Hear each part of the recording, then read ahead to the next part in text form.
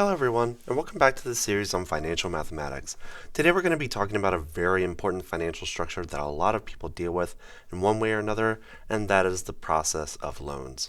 So what exactly is a loan? It's a financial product where you borrow money with the intent of giving it back either in one payment or several payments over the course of time. So let's assume that you borrow money in the amount of X, so X is the amount of money that you will borrow. Let's assume that you borrow that money at time t is equal to 0, let's call that today, under some effective interest rate I, and you would like to make n equally sized payments of size m is going to be how much you pay every single month, at the end of each monthly period, let's say. So let's actually look at a timeline to sort of see what's going on with this financial product. So let's go get a timeline here. 0, 1, 2, 3, all the way down to, say, m. So since we're going to be making a payment of size m at the end of the month, we're not going to be making a payment at time t is equal to 0.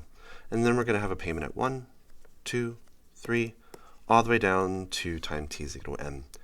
You should clearly see that if we were to take the present value of the sequence, that would just be the present value of an annuity immediate. All right, so this is just an annuity immediate because it's a sequence of cash flows of equal size that is made at the end of each of the time periods. So keep in mind, we're going to be borrowing some money at time t is equal to 0. So what can we say?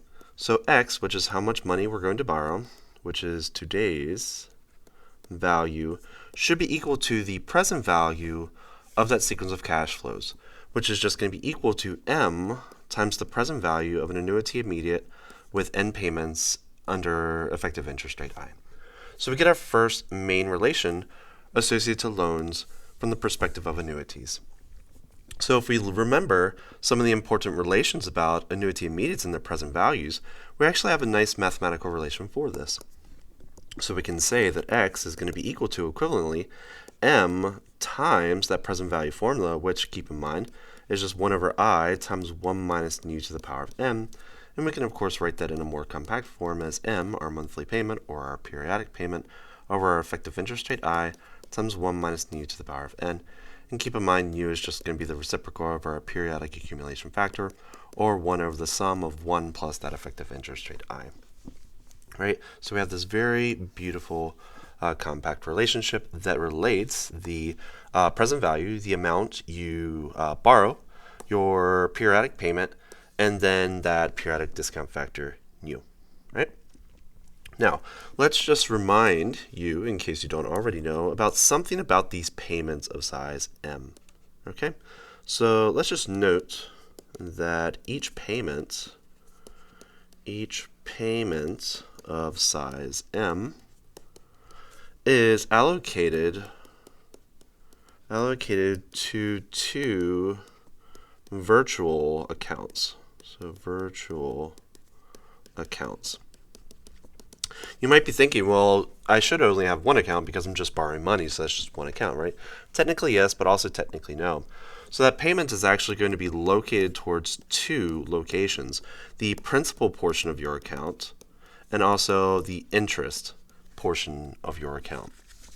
So if that is the case, that means, well, since this is fixed at every point time t, then it's possible that principal and interest are also fixed, or they also vary with time. Regardless of that structure, we can say for all time k is equal to 1, 2, all the way down to m, the monthly payment m at time t is equal to k, which technically speaking is constant for all time t, so we're just going to call that m, is going to be partitioned into pk plus ik. So here, pk represents the principal amount that you're actually paying towards principal, and ik is the amount that you're paying towards interest. Now, one important thing about this pk is that if you sum all those values pk from k is equal to 1 to n, you should get your original balance x. If you pay no interest, which is highly unlikely, then the sum of ik should be equal to 0. Right? So how to find how much for each of those payments is allocated towards principal and interest, we'll figure that out later. Just keep in mind that this structure or decomposition of our monthly payments does exist. Now, how do we find our monthly payments if we know our effective interest rate? how long we want to borrow, and how much our principal borrowing value X actually is. So how to find our monthly payment M, obviously given our principal balance X, effective interest rate I, and number of total payments M. So if we look at our original formula that we've built, keep in mind X is going to be equal to M. So X is going to be equal to M times the principal value of a unit annuity immediate. So we know X, we know N, we know I, we just need to solve this equation for M. So we can just simply divide by the present value of our annuity immediate. And that's just going to give us M is equal to X divided by A and I. So using the closed form representation of the present value of our annuity immediate, we can find that that's just IX all over 1 minus nu to the power of N. So that's our next very important property that we need to make. Also, I leave as an exercise, you should be able to solve this equation for N given X, M, and I. And the other variable that you might want to solve for here is solve for I given X, M, and N. Now, the difficulty for solving for N actually is pretty easy. If you don't have severe or super mathematical algebra skills, you might need to use graphical methods to solve that. But generally speaking, as long as you can solve all three of these equations, I've already solved U1, you should be able to sort of set up any scenario that you wish in regards to these products. So the next thing that I want to introduce is going to answer the following question. How much money will we end up paying at the end? Well, that should be pretty simple to find because we know how much money we're paying every single month. We're paying M dollars and we're paying M dollars N times. So N times M will be the amount total that you end up paying. So at least in mathematical form, that's just going to be equal to N times X divided by the present value of our annuity immediate. Right, so that's how much money we're going to end up paying. And keep in mind, I'm going to work out a nice little practical example at the end to sort of show you how all these formulas give you in real life practical results. So that's how much money you're going to end up paying. So another natural question is how much money will you be paying in interest by the end of that sequence, which I'm going to abbreviate by I total. So I total obviously will be equal to A total minus the amount of money that you've borrowed at the end, right? So A total minus X, because they have to add. So your principal plus your interest must be equal to the total amount that you pay. So we get this particular relation, and we can obviously write this in mathematical form because we know A total is just going to be NX divided by ANI, and we also have X here. So we can factor out our X in this particular expression and write this as instead X times N all over ANI minus 1. And keep in mind that's just the amount that you pay total in interest. Okay. Obviously, we can solve this equation for several different things. Keep in mind X is equal to M times ANI. So we can also write this instead as A total minus M times ANI. And then we can sort of combine all these relations into one particular world, and I'll leave you to verify that this is actually equal to M and I multiplied by N all over A and I. Because keep in mind there's an X there, there's an X there, so I'm just sort of replacing that particular expression with that. And you can also distribute this A and I into this expression to sort of cancel out that fraction because fractions are typically annoying to deal with. So you can find equivalently that A total is equal to just your monthly payment times the number of payments you have minus the present value of that annuity immediate. And some will view that this equation is a little bit more easier to deal with, right? But keep in mind all of these equations are equivalent up to some degree. All that really matters is what are you more comfortable with using. Another very important concept that you need to know when you want to deal with loans in a strategic manner is how to know your outstanding balance. This is extremely useful if you want to pay off your loan early before that maturity date. So obviously, if you borrow X dollars at time t is equal to 0, the outstanding balance at time t is equal to 0 should be equal to that principal loan balance because you haven't allowed interest to accumulate on that loan balance.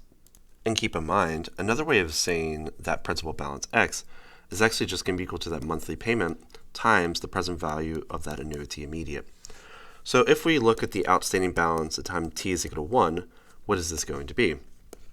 Well, if we look at our timeline, 0, 1, 2, 3, and so on, up to n, at time t is equal to 1, the outstanding balance, here we're going to be looking at this point as the present value. So since the payment from 0 to 1 occurs right before t is equal to 1, there will be no payment made at t is equal to 1 now, and we're going to have a payment at time t is equal to 2, 3, all the way down to m.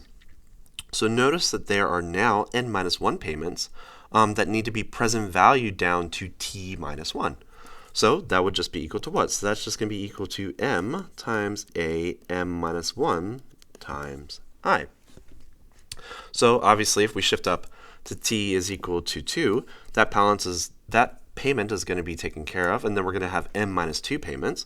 So you should be able to see that OB at t is equal to 2 will be equal to our monthly payment, m times am minus 2 under effective interest rate I, and then you should be able to start to see that a pattern is going to arise mathematically. So generally speaking, what do we have? So we have the outstanding balance at time t is equal to k will be equal to that periodic balance, that periodic payment m, times a present value of an annuity immediate with n minus k payments under effective interest rate I. And we can write that in a more useful way as m divided by our effective interest rate I multiplied by 1 minus the periodic discount factor to the power of n minus k. Right? And a nice little algebraic identity that this is equivalent to is also equal to x times am minus ki all over a n I. Sometimes that can be useful, but usually this one in the more direct route is more used. All right, so here we have what? So keep in mind, these monthly payments are partitioned into interest plus principal. So if we look at this particular structure, let's assume that this is t is equal to k minus 1, and this is t is equal to k. Therefore, at t is equal to k plus 1, we have an outstanding balance, OB, k minus 1, and we need to make a monthly payment. Our next monthly payment occurs at time t is equal to k in the amount of m, just like it did at t equals k minus 1, but this is going to be decomposed into an interest payment ik at time t is equal to k and pk at time t is equal to k also. So what is the relationship between ik, pk, and the outstanding balance of k minus 1? Well, obviously, the interest that occurs at time t is equal to k is entirely dependent on that of the balance of k minus 1. And the relationship between OBK minus 1 and the total balance at OBK obviously is just an accumulation in the amount of 1 plus I. So clearly, the interest payment at time t is equal to k and the outstanding balance at k minus 1 must be proportional to one another under that particular interest rate I. So mathematically, how can we write that? So we can write this as ik will be equal to I multiplied by OBK minus 1. Because ik and obk minus 1 should be proportional to one another. The more you owe an outstanding balance, the more you should owe in interest. The less you owe an outstanding balance, the less you should owe in interest. So once we have this, then we can start to build some interesting relationships. And obviously this is true for k is equal to 1, 2, all the way down to m. Right? So once we have this particular structure, then how can we find our principal? So keep in mind our m is equal to ik plus pk. So how can we find pk? So we can just subtract both sides by ik and we can get it. So pk will be equal to m minus ik. Right? So once we find ik, which depends on obk minus 1, then we can find pk, and then we can be done with that story. Sometimes a more useful way of finding the amount that you pay in principal on a particular monthly payment at time t is equal to k actually can be found in another way, For you mathematically minded people, you might want to verify this. PK will be equal to OBK minus 1 minus OBK. And you might even want to see if you can conceptualizingly verify this in your mind, right? So those are some mathematical principles that you definitely need to know when it comes with loans. Now let's walk through a practical example to make sure we understand. So let's suppose that we borrow $750,000 under an APR, an annual percentage rate, of 31.37% for 30 years with fixed monthly payments. Now, before we start, let's make sure you know what APR is. APR is just another type of effective interest rate that is usually associated to years. So pretty much if we look at our particular timeline, if we go from t is equal to 0 to t is equal to 1, for example, the APR will allow you to go from t is equal to 0 to t is equal to 1 directly, but it's possible that you have n subsequent payments from t is equal to 0 to t is equal to 1 that you want that to be equivalent to. So for example, 1 plus APR from this perspective should be equal to 1 plus I, that little effective interest rate monthly, to the power of m. So if we want to convert this to n is equal to 12, for example, then that I will be equal to 1 plus APR to the power of 1 over n minus 1 with n is equal to 12 if we want to go monthly with it. But that would be the general structure. So if we substitute our 31.37% into this, then we're going to have I is equal to 1.3137 to the power of 1 over 12 minus 1, and that's going to come out to approximately 2.3%, let's say. Right?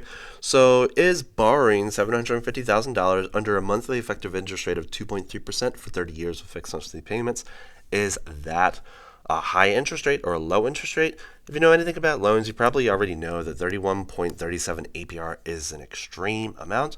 But if you don't know, let's work at a couple calculations and see why that actually is interpreted as a high APR. So let's just write down a couple things that we already know here. So we have that I is going to be used to be 2.3%, so that's going to be our monthly effective interest rate. The number of payments is going to be equal to 30 years times 12 months, which is going to come out to 360 payments of size M. Our alpha, if we want to use it, so alpha is equal to 1.023 that we're going to use to be our periodic, aka monthly accumulation factor. And the amount of money that we're going to be borrowing is going to be $750,000, right? So those are our main variables that we're going to be using. So how much will our monthly payment be? So monthly payment, keep in mind, is just going to be equal to our effective monthly interest rate, I, times x, divided by 1 minus nu to the power of m. And again, nu is going to be equal to 1 over that alpha that we have. And one can show that this is going to be approximately equal to $17,254.80. Right? So you should be able to think, okay, $750,000, $17,000 a month, is that a lot? It seems to be a little bit on the high end, but maybe you're not convinced quite yet. So now let's look at another variable. For example, how much money will you be paying by the end? Well, that's just going to be equal to n times m. So if you multiply 17,000 by 360, you'll find that that's going to be approximately $6,211,729.75. So we borrowed $750,000, slightly less than $1 million. We're going to end up paying back $6 million, which means if you subtract our principal off of this, we're going to be paying still more than $5 million in interest. So unless you're able to make $5 million over the course of 30 years, this is definitely a loss for you. Right? So if we look at that from the mathematical perspective, so the profit for banks, not counting in fees, of course, we can give them a little benefit of the doubt. So I total, this is going to be approximately equal to $5,461,729.75. Right? Quite a lot. So let's actually look at each of the individual payments because, if we have to pay a lot back each month, obviously a lot of money is going towards interest and not principal. All right, so let's look at a particular time. Let's go 1 year in. So at time t is equal to 12. So that's the end of our first of 30 years of payments. How do we find the amount that is allocated to principal? So let's first off find the outstanding balance at time t is equal to 12. So that's going to be equal to what? So that's going to be equal to m times a 360 minus 12 under I. And that's going to come out to something. And then we're going to find OB13. And that's going to be equal to m times a 360 minus 13 over I, and that's going to come out to something. So this is going to be equal to 749, 934.46, and 749.928.15. You should be noticing that those numbers are extremely close to each other. So from that previous relation that I mentioned, what will be the amount allocated to principal? So the amount allocated to principal at time t is equal to 13, because that's going to be equal to OB13 minus OB12, or 12 minus 13, is going to be equal to what? So that's going to come out to approximately $6.31. So keep in mind, what is t is equal to 13. So keep in mind, let's make sure you understand how the flow of time is working. So that's the end of the first month, end of the second month, end of the 12th month, so 13. So if we start at the beginning of the year, that's the payment that is made at the beginning of February. All right? So the beginning of February. Keep in mind, our payment is of size $17,254.80. Right? So of that $17,000, only $6 is allocated to principal. That's why the amount that the bank gets in the end is so much more than the amount you borrowed. So clearly that interest rate that we originally had, which was 31%, is way too large, or maybe you think this is perfectly fair. Either way, these are the basics of loans that you definitely should know. There are a few other advanced principles that we'll get to later. Hope you enjoyed this video, and I'll see you in the next one. Take care.